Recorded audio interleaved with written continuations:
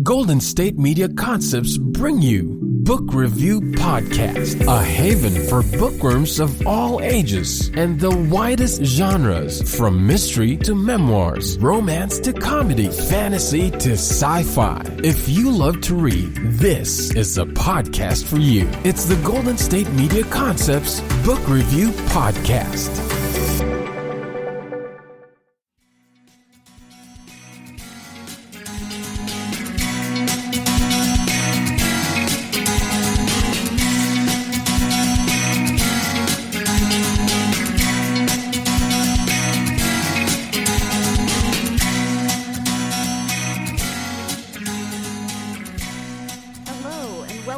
GSMC Book Review Podcast, brought to you by the GSMC Podcast Network.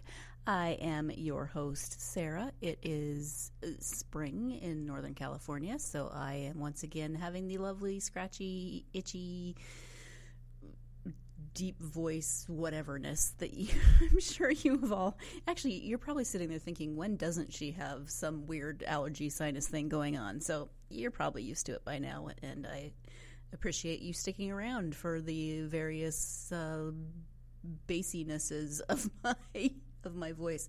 Yes, I just made up a word, bassinesses. That doesn't even make any sense, but it's a word that I just made up. So there you go. I am very happy to have Sam Stea joining me today for a conversation about his book, The Edge of Elsewhere. I mentioned at the end of the last episode that I am going to be fangirling in this episode, and I'm going to remind you of that now. The Beatles play a prominent role in this novel, which, of course, makes me so very happy. I've said before, as I've done these interviews, that I'm always amazed at the connections that happen, the similarities that happen sometimes, even though the authors go to my scheduling link and they find a time that works for them, and it's not like I'm scheduling them in terms of, similarities, here, let's put these two together. Nope, it's completely random. But last episode, when I spoke with Paul Semendinger, his book had a little bit to do with the Beatles. The main character listened to the Beatles, and there's a reference on the first couple of pages, which made me go, "Yep, I'm in." But this book is a much more prominent has a much more prominent placement of the Beatles that actually affects the plot. So, very excited about that. The book, again, is called The Edge of Elsewhere. The author is Sam Stea, and here is the description. In the year 2079, 14-year-old Abby Lane dreams of vivid colors that no longer exist and wonders of nature that have disappeared in a world blanketed with dust. One day, scrounging through the abandoned ruins of Princeton University with her best friend Max, Abby discovers an ancient notebook that opens up a possibility beyond her dreams. Using the information in the notebook, Abby and Max and her brainy brother Paul defy time and travel into the past. In the New York City of 1971, they discover the natural world, join a group of hippies, and befriend a legendary musician and peace activist who may hold the key to changing the tragic destiny of Earth as they've known it, if they can only save him from an untimely death. But do they dare disrupt the natural flow of events? Will it endanger their own existence? Will it make matters better or destroy everyone and everything they've ever known? There you go.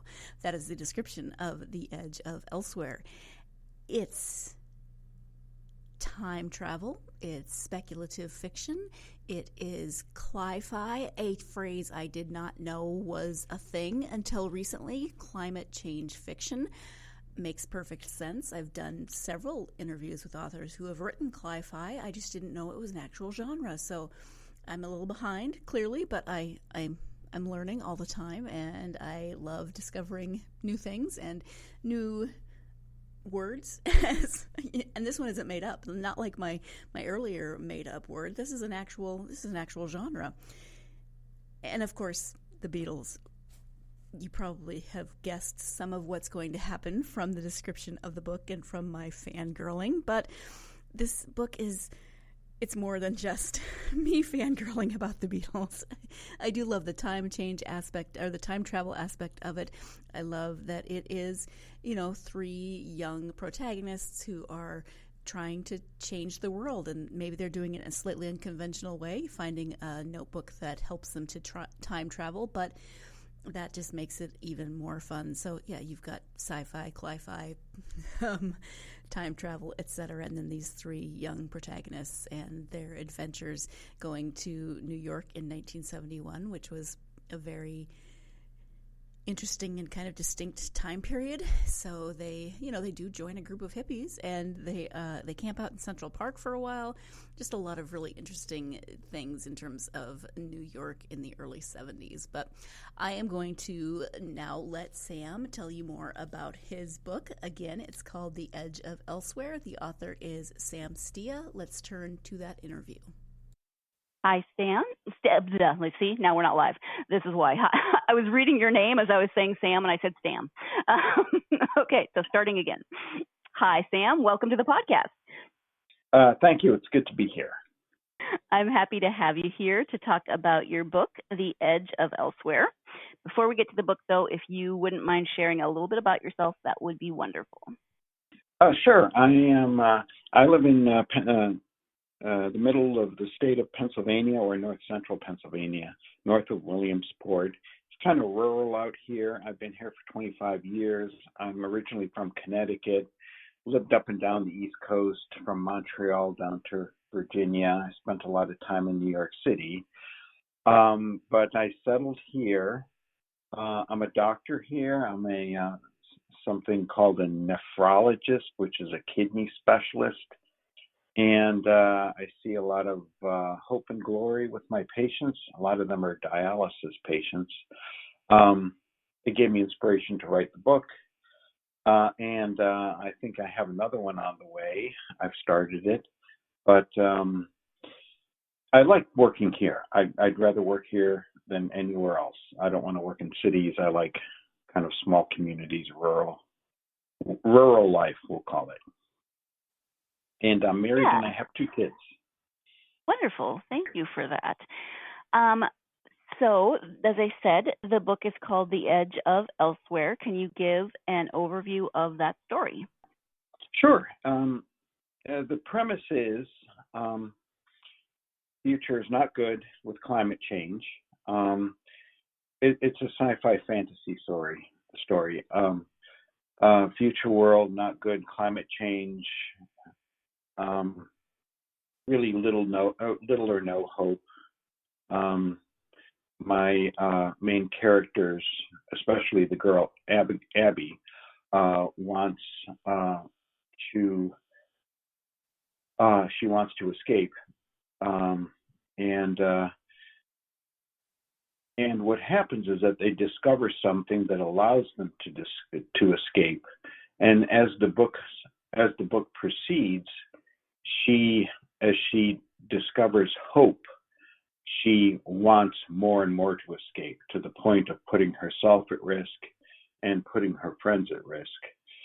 They escape through, this is another time travel book, but I thought time travel is the best way to illustrate the concept of climate change before and after, or in this case, after and before.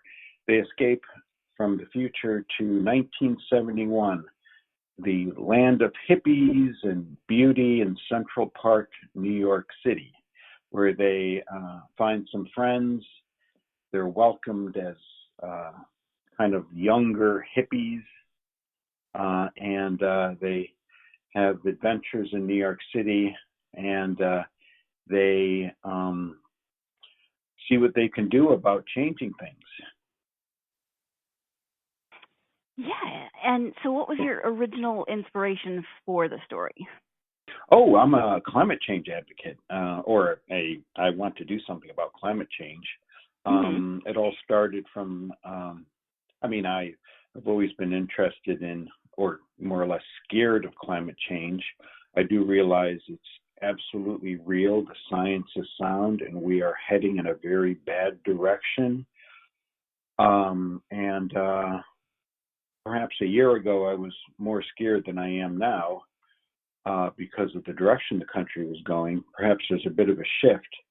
But boy, we're heading in a very bad place. Not for me. Maybe I probably won't see it, but our kids and their kids are going to live in, they're going to see some major changes with their standard of living, their hope, their idea of what future prosperity is. And I think nature will be severely degraded in the end of this century. So that is my inspiration. My inspiration is, I'm trying my best as a physician, but I thought I'd write a story. I love stories. I love Star Trek's.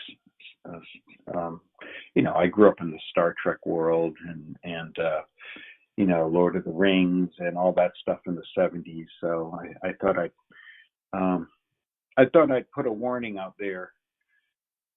It's hard to convince medical colleagues about what I'm thinking and feeling because they're so busy living their world and worried about the stresses of everyday life.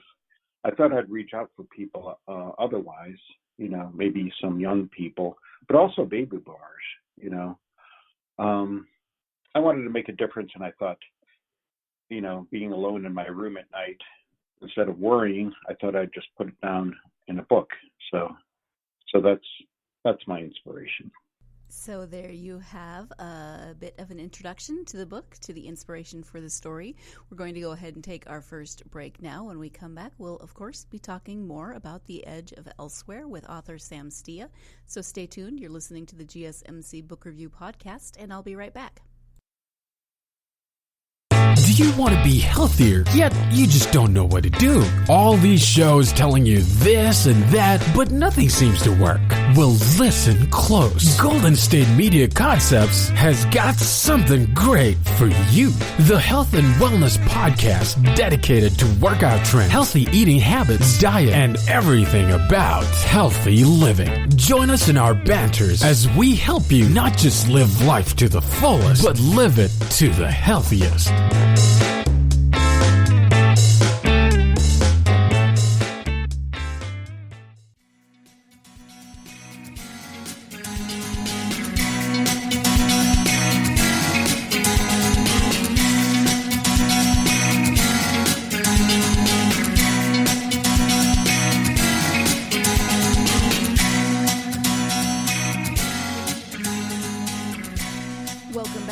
GSMC Book Review Podcast. Before the break, author Sam Stea was talking about the inspiration for his novel, The Edge of Elsewhere.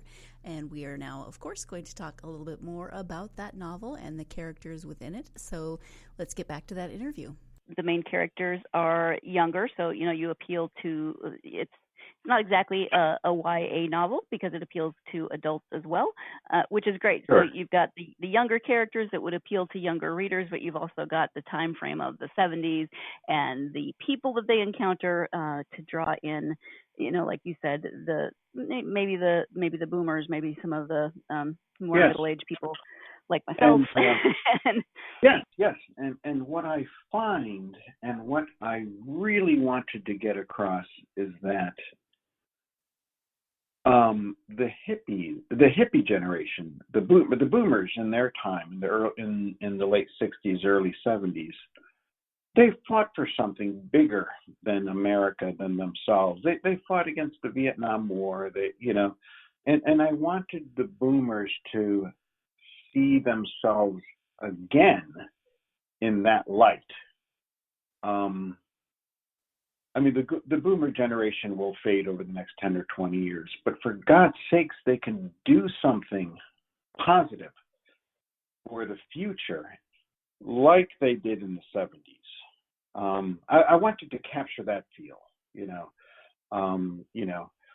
the young people, they're put in the spot by us now, or maybe by the boomers who don't necessarily think climate change applies to them, but it does. And boomers, I think there are 80 million boomers in this country.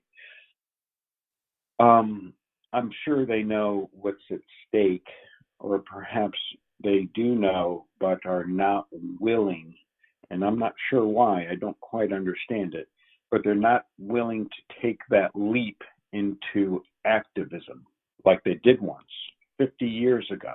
It's time to do it again, boomers out there. So I'm a boomer. I'm actually a very late boomer. I was born in '63, but I'm doing something. I'm also doing what I can. I write articles and so forth. But when I leave this earth, I want to know that I've done something for my kids and their kids. Let's put it this way.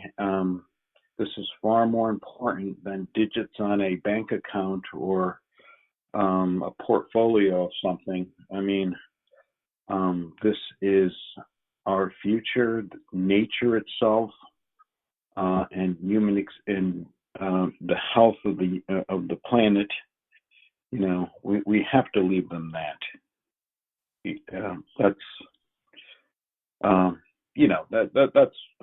That's what drove me to write the story. Okay. Well, and I put it in terms of again, young people, boomers, and people who are on the sidelines, not willing to consider, or people that are just they feel that this is either too big or something outside themselves, and why should they care? So I put it I put it also in terms of those kind of people. Mm-hmm. Yeah, absolutely. And then starting in the future so that we see the consequences, and then seeing it through the eyes of the young main characters as they go back and see how it had been, and how it could have been if things had been different. Well, they see what they lost, and it's incredibly sad. Yeah. Yep. So talk a little bit about those three young people, Abby, Max, and Paul. What about them do you think will resonate with readers? Well, Abby and Max are 14-year-old. They're neighbors. Paul is Abby's brother. He's a recluse. He lives at home. Well, he's at home. He stays in his room. The world is surrounded or covered in dust, and he has severe asthma. Their father died of asthma, so his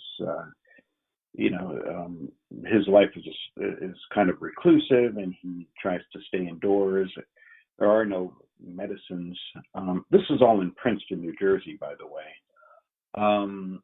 This is around the end of this century. Abby and Max are typical teens. Max is in love with Abby. Abby's in love with color.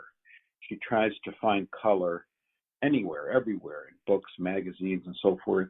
The story opens up with her creating her own image of Monet's watercolors on her window by finding bits and pieces of color from magazines and putting them on her window to cover up the gray from the outside. So anyway, Abby and Max discover something in Princeton University, some relic of Einstein's. It's information about the Earth, and in terms of gravity and something that would allow them to time travel by being in the right place in the right time. So something in the natural world allows them to time travel, and they're able to do it after much struggle about leaving their family, leaving people behind. They don't know if it's real or not real, but they're willing to chance it, and Paul is willing to chance it, and they do walk a bit of distance in the ruins of northern New Jersey, and they do indeed find a passageway that allows them to calculate through a compass and the rotating needle of a compass approximately 100 years back. So they find 1971, and they explore the world of 71. They happen to come upon people that help them, and and they end up in Central Park and living in the park for a while. And they discover what they've lost. Mm-hmm. Are there names? Go ahead. Oh, I mean, I think I don't want to give anything away, but go ahead. You were saying something? I was just going to ask, Abby, Paul, and Max, are their names all Beatles references? Well, the story, each chapter, again, I'm trying to reach the boomers. How best to reach the boomers than to use Beatles music. Mm-hmm. The Beatles music plays a very big part in the story, indirectly and directly. It turns out that they, through their friends in New York City, they happen to meet John Lennon, and the connection there is one of the hippies happens to sing a song. He thinks it's a good song about Abigail. I don't know if you know the song "Dear Prudence," but Yep. Abby remembers her mom singing her that song when she was young, when her mom was holding her at the window, looking outside at whatever nature, the sun or something bright, So she understands a connection maybe and a possibility, and she realizes that song survived and is in her mind. The power that someone, a musician, might have to do that could indeed change the world. So one of the hippies actually is one of the sets up for John Lennon's, what do you call what's that, the type of person that sets up a studio, what's that called? Somebody that sets up a studio. Yeah, it's somebody that helps sets up and arranges things and so forth. So it's interesting. They meet John Lennon. They walk with him a while. They meet him in the park, and he tells them, or they tell them, or I'm sorry, the Abby. It's more or less Abby. Abby tells Lennon how beautiful his music is and what's at stake, and nature's at risk, and you have to do something. They don't directly tell him who they are or where they're from, because they're afraid that he'll think that they're either their imaginations have gone off the wagon, or they're just lying. But they do make an impact on him. So, and that plays out toward the rest of the book. Right. I had a total fangirl moment about John Lennon being a character in the book. Yeah, and it's interesting. Well, it's interesting. The rest of the book is about their relationship with Lennon and events that happen, and their intent they realize, and they do try, but they realize, especially Abby, that human nature is human nature. Nothing's going to change what humans are going to do to nature. But they do want to make an impact for the sake of saving a life. Even though they can't change things, they can't change what the future is going to bring to nature and planet Earth, because all through the early parts of the book, they realize that humans aren't going to change, and but they do continue with their humanity and they want to at least make one difference before they go back to the world where they come from. And I think it's Paul that says that's the only way he can live with himself and go back to the prison he was in the future. So they want to go back to the future because they left their parents there. See, not all teenagers who time travel 109 years in the past, 108 years into the past, want to stay there and leave their parents in the future. It's not all teenagers, time traveling teenagers. I often think about the protagonists of books like this, young adults in, whether it's young adult fiction or just whatever types of fiction I'm reading. Abby is 14 in this novel, and I think of myself at the age of 14. First of all, regular travel I hadn't done much of, let alone digging around Princeton and finding a book that allowed me to time travel. I do not know that my 14-year-old self would have been equipped to handle that, especially at that point. I had never been further than a couple of hours outside of Montana. I certainly had not been to New York. I had never been on an airplane even at 14. Maybe, I mean, they didn't take an airplane, but time travel can't imagine that's an experience that I would have gone through without crying a lot. So I don't know. I just think about my 14-year-old self and how she may have reacted to some of the. I always like to put myself at the age that I am at into the books that I'm reading. My second to youngest niece, my penultimate niece, if you will, is 15, almost 16, and I feel like she would maybe handle these types of situations better than I would. Maybe not, but she's pretty smart. She's pretty sharp, and hopefully she's a little more adventurous than I was at the age of 14. We'll see.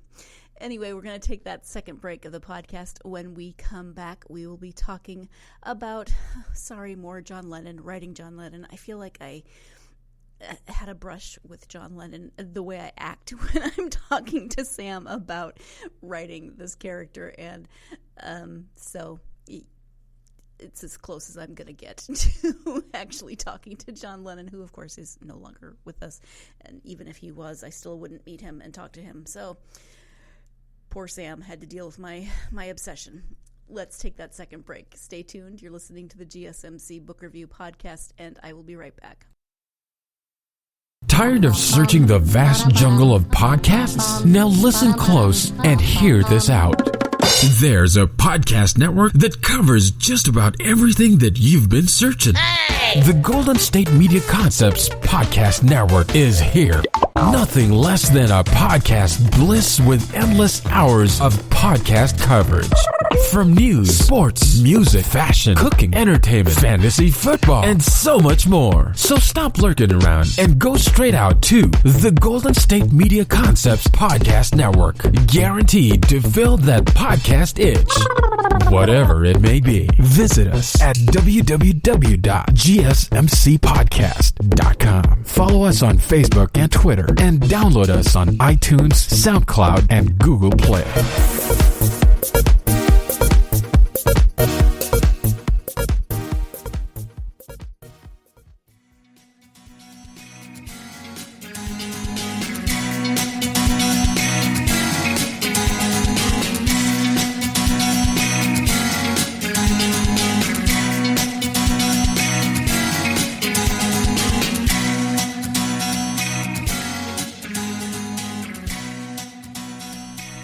Welcome back to the GSMC Book Review Podcast and my interview with author Sam Stea. We are talking about his book, The Edge of Elsewhere. Let's return to that interview. Can you talk a little bit about writing a fictionalized version of a real person? I mean, John Lennon, but there are other very recognizable people in the book. Can you talk a little bit about that process and how it felt to be writing someone so iconic? Oh, no. With regards to John Lennon, geez, I know him so well. I felt like I was speaking for him. You know, it's interesting. I've seen every one of his, I've read a lot of books about him. I've seen every one of his interviews. I almost, it was so refreshing to, and again, it's all fiction, but I it felt refreshing to use his voice, and I think I kept him true to himself. I believe I did that. He was in New York City in 1971, and he was making music in 1971, and that was the year of Imagine, and that was the year he lived in Greenwich Village. So I brought it all. I brought the truth out of it, and I think, and other people have told me that I've used Lennon's character true to form, true to himself, and with regards to, Einstein's a character in this book. The preface opens up with Einstein and the World's Fair. He's the one that discovered time travel. He traveled from 1943 to 1963 to see the book opens up with him in the World's Fair, and he sees how beautiful the world is. And this is a preface, the first chapter of the book, and it's kind of it kind of is the architecture of the rest of the book. But he is in the future, or it's kind of a reciprocal of the rest of the book. He's coming from 1943. There's World War II, a lot of hate, evil in the world, and then he goes to the world of 1963 and sees how beautiful it is in the World's Fair. He notes German and Japanese kids running around. He sees trees, nature. He hears music. And he sees the beautiful exhibits. But he is struck by something. He's struck by the Unisphere, and I don't know if you know what the Unisphere is. Yeah. The Unisphere is this. I don't know if you've ever seen the movie Men in Black, the first Men in Black. It takes place around the Unisphere, when they fight the aliens and so forth. But the Unisphere, ever since I was a kid, I hated it because it was basically it's a globe. It's gigantic, several stories high, I think, but it's ugly. It's just steel. It's devoid of nature, color. So Einstein notes that, and he says to himself, I'm in this place. This is the future.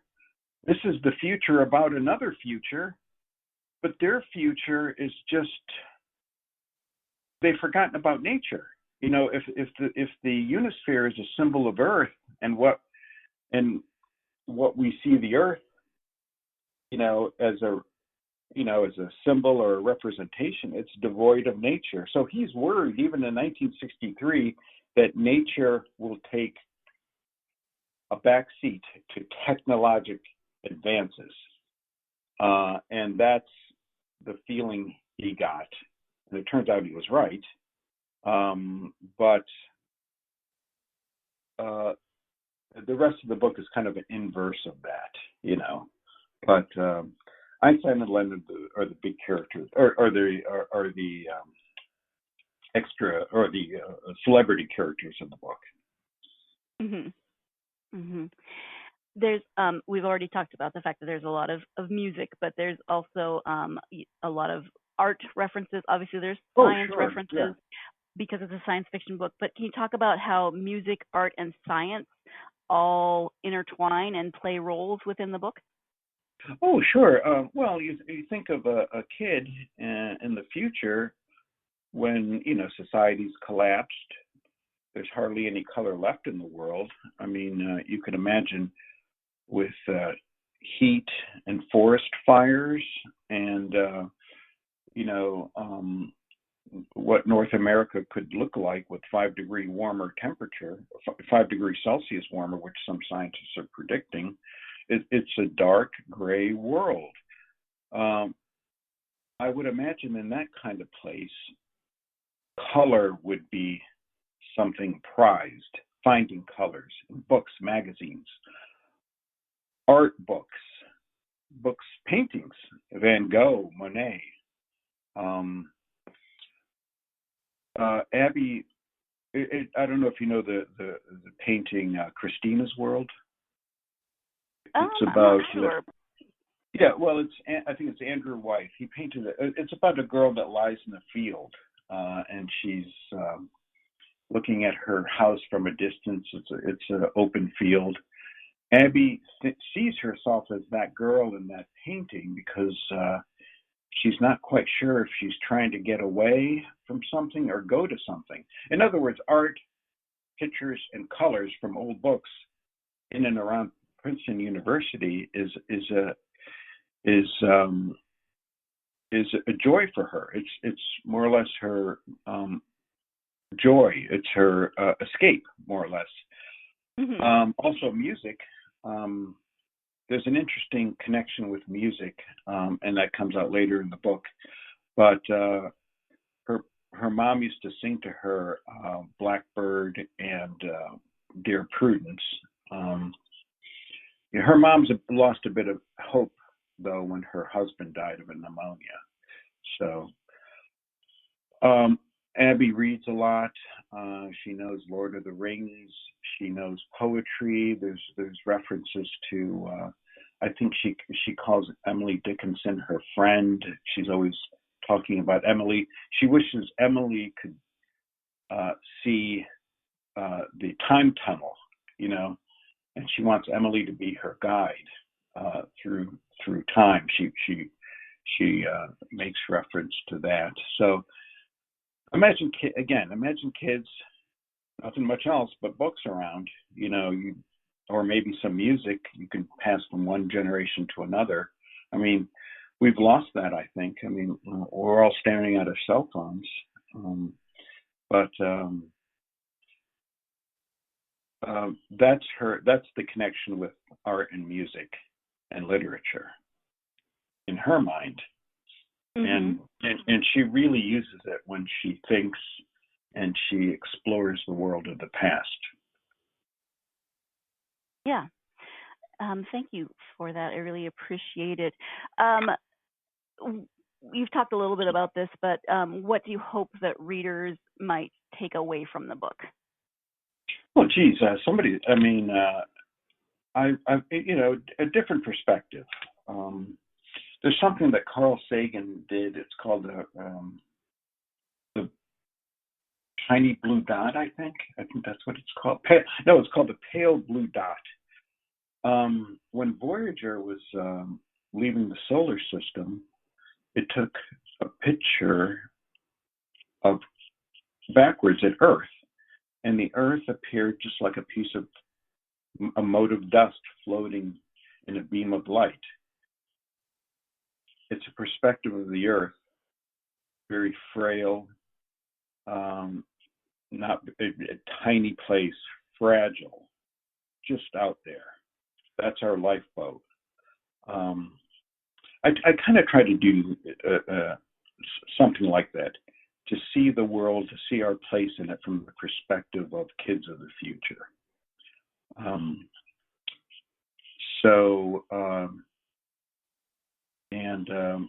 Do you remember the story? There's another example I want to put out. In 1983, there was something called The Day After. It was a made-for-TV movie about nuclear war.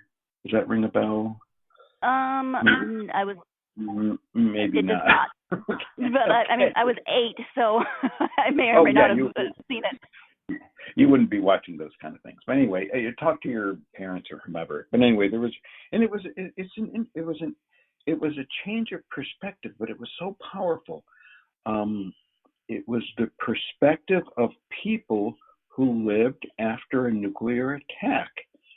And it was in, I think it was Oklahoma or Missouri. It was in Missouri. Yeah. Just down to earth people, farmers, salt of the earth kind of people. And, there was a nuclear war, Soviet Union, United States, and they lived in the aftermath. It was powerful because it was a shift in perspective. People knew at the time that nuclear war was possible. We got to prevent this. The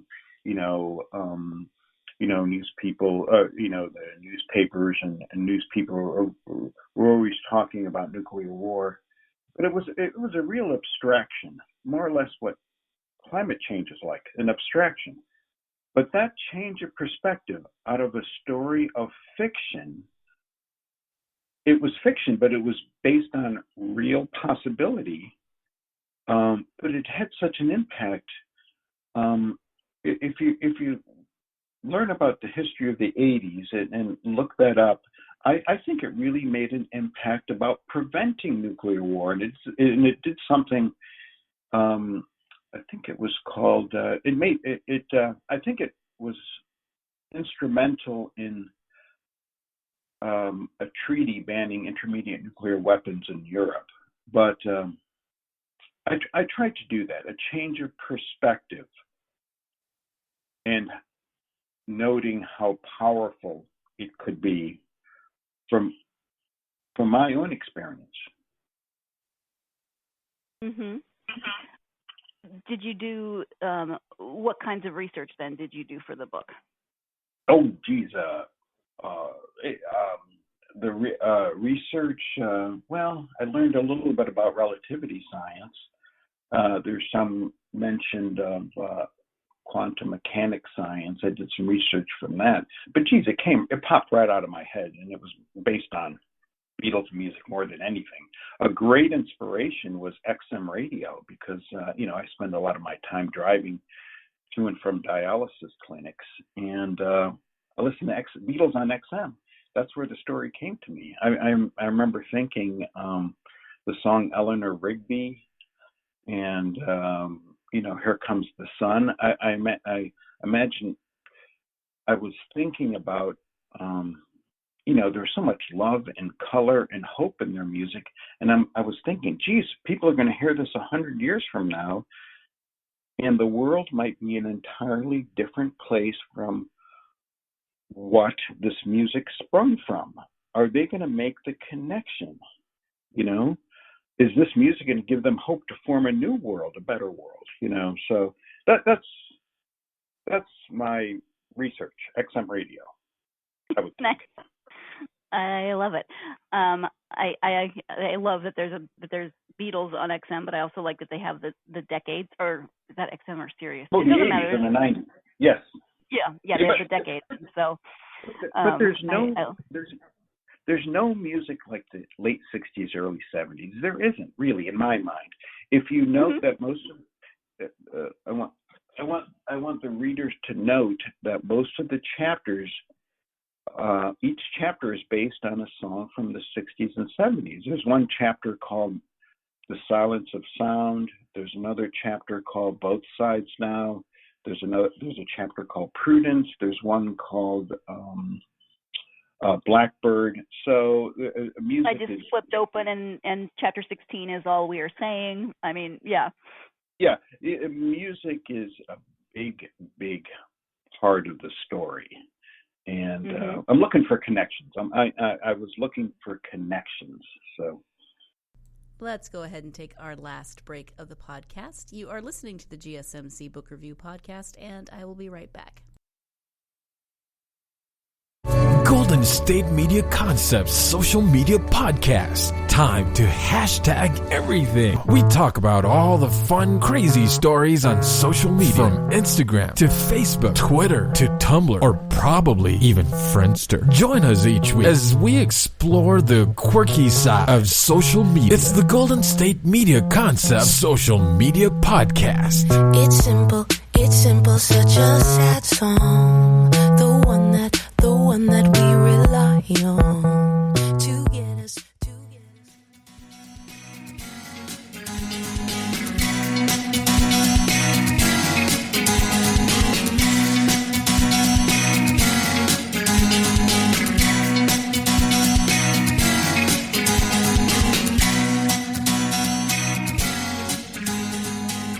Welcome back to the GSMC Book Review Podcast and the conclusion of my interview with author Sam Stea. All right, and then I often ask about autobiographical elements within a story, and you've explained a lot of them, but I like your about the author page at the back of the book. It says that you are, as you've already said, a nephrologist practicing medicine in North Central Pennsylvania. Everything else about you can be found in the pages of this book. The book is me. I mean, if let's put it this way, if I'm going to say I were to leave this earth soon, there will be a monument to me, but there'll be this book too. And if my kids or if my grandkids and great grandkids want to know who their grandfather was, read the book. I mean, it's there. I mean, actually, what I did I kind of broke myself into three pieces, for each of the characters, Abby, Max, and Paul. Each one of them is a piece of me. I can look at it that way, and that way it's kind of a reflection of my identity. And it has what I like, what I don't like, my perspective, my grand view of the world, my worldview, more so to speak. But the book is, the book is a piece of me. I guess that's the best way to put it. Mm-hmm. Absolutely. When I was looking up the book and looking up you as I was preparing for the interview, I saw the book described as cli-fi on climate fiction, yeah. Climate fiction, yeah. Is that an actual genre now? Did I miss that? Oh yeah. Please don't miss climate fiction. It's a new fiction based on climate change, and just like Space Odyssey, 2001: A Space Odyssey, that moved forward space exploration. My hope is that the cli-fi genre will move forward climate change activism. Fiction makes real, as opposed Absolutely, to real. Yeah. So yes, cli-fi is climate fiction. Good to know. I will put that in my my ever expanding knowledge of different book genres and subgenres. Excellent. You mentioned earlier in the interview that you are working on something new. Can you talk a little bit about that, or no? Oh, I'm going. I spent 35 years in medicine. It's been like an odyssey. I'm going to make an odyssey, a new odyssey, where I am Odysseus traveling, and when I encounter patient problems, those are monsters that I'm going from one place to another, kind of like an odyssey. So something like that. I'm just starting it. It sounds really interesting. I like it. Did you always want to write fiction, or was that something that came more out of your thoughts about this particular book? How did that work for you? Oh, I was enraged when Trump pulled out of the Paris Climate Accord, and I felt like I had to do something. In 2016, or I think it might have been 2017, he pulled out of this climate. I go, oh my God, this is awful. So here's my response to it. That is a very positive and hope-filled response. I like that Yes. You found something that you could do and be passionate about. Yeah. Well, I can't travel. I mean, I'm all alone here in my practice in nephrology, and I can't. We have a little newspaper here. I could put pieces in it, but everyone around here is busy in fracking, so I didn't have much of a voice here. So, what the hell? I'll write a book and throw it on the ocean of publicity and see what happens. So, right. Do you have advice for aspiring authors? Well, maybe an author's voice comes about in times of trouble, pain, depression, desperation. So in troubled times, consider writing. That's my advice. Okay. Short, sweet, and to the point. I like it. Very, it could be very therapeutic. Mm-hmm. When you take the time to read for yourself and you're not reading maybe medical journals or something, do you have favorite genres or authors? Oh, just science fiction. I don't read it a lot. I used to, but just science fiction and historical fiction. I like, like the Outlander series. That was great. But I really don't read a lot now. When I was a kid, I read all the classics, of course, The Hobbit, Lord of the Rings, all the things like that. But I guess I don't read a lot right now. Although I watch television. Netflix is wonderful. Some of the stories. I have to say, as an influence was Mad Men. There's a lot of Mad. You know Mad Men, the series with. Yes. It was about the '60s. Yeah, a lot of my ideas came from Mad Men. Interesting enough, which was big in between 2008 and 2013 or something. About the hippies and the beatniks and the Madison Avenue and soulless commercialism, that kind of thing. There's a bit of that in my book as well. So I'm still reading, but I'm reading on television, watching Netflix. Sure. You mentioned Outlander, and I'm starting to feel like, I've been reading it since high school, and I keep thinking, are we ever going to finish it? I don't know. Oh, it's wonderful. Just don't know. How about where people can find you on social media? Do you have an author webpage? Do you have social media? Oh, just friend me on Facebook. I mean, I guess, sometimes let's see, what's the best thing to do? I guess the best thing to do is just message me on Facebook. I'll be happy to friend you if you put it in the context of the story. I have a website. It's kind of rudimentary. It's called edgeofelsewhere.com. You could explore that a little bit. There's not much there, though. I'm kind of working on it. I guess the best thing to do is find me through Facebook. I have my name, and you can message me on Facebook. That's probably the best thing. Okay, thank you for that. Again, I'm very new at this whole thing. Sure. Yeah, when I looked you up, I found your medical practice, but not your author. your author. Well, again, I'm a product of the '70s, so I'm not very good at this whole social media thing. Yep. Understandable. I did actually want to backtrack a little bit and ask you about Reimagine. Is that an earlier? That's an earlier version. To my members out there, if you're interested in the story, I just can't get it removed from Amazon for some reason. But I did mention in the listing that this is a kind of preliminary version of Elsewhere. Please buy Elsewhere instead. Right. All right. It's the same story, although it's better edited. I'll put it that way. Okay, I appreciate that. And then we have talked about a lot of different topics today, but is there anything that we haven't covered that you wanted to make sure that you highlighted about the book? No, I just think everyone should be involved in some way in this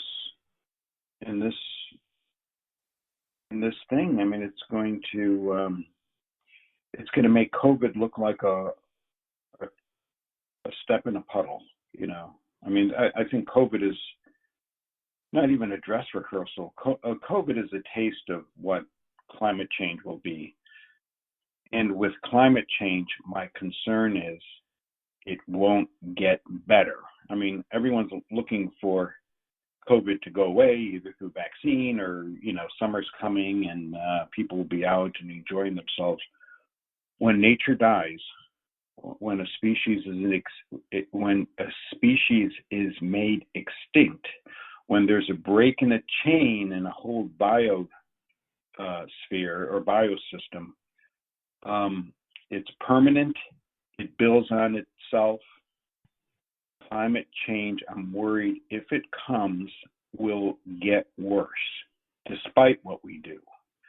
So now is the time to consider this as one would consider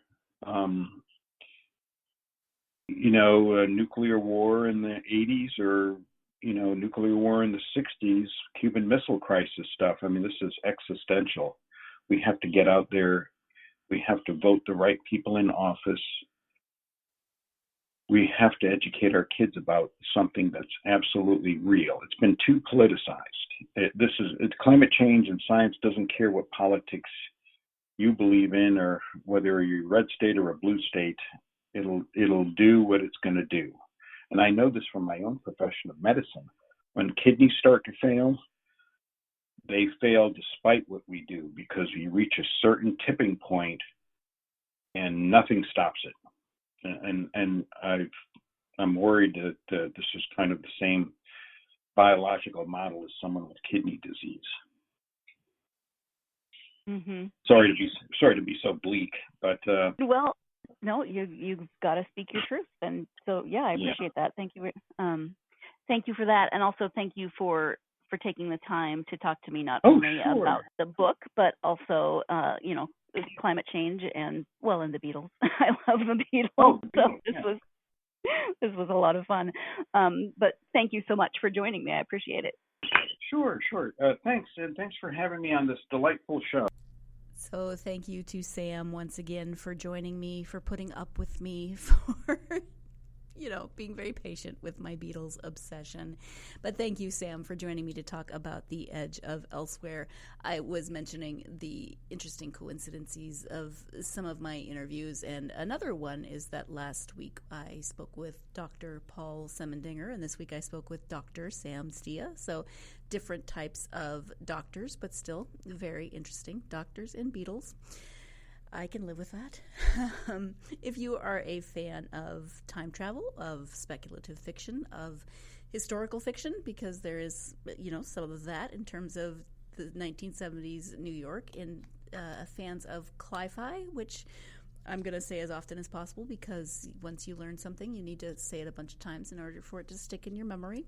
If you're a fan of any of those, of young protagonists even, then you should definitely check out The Edge of Elsewhere by Sam Stea. It is a really...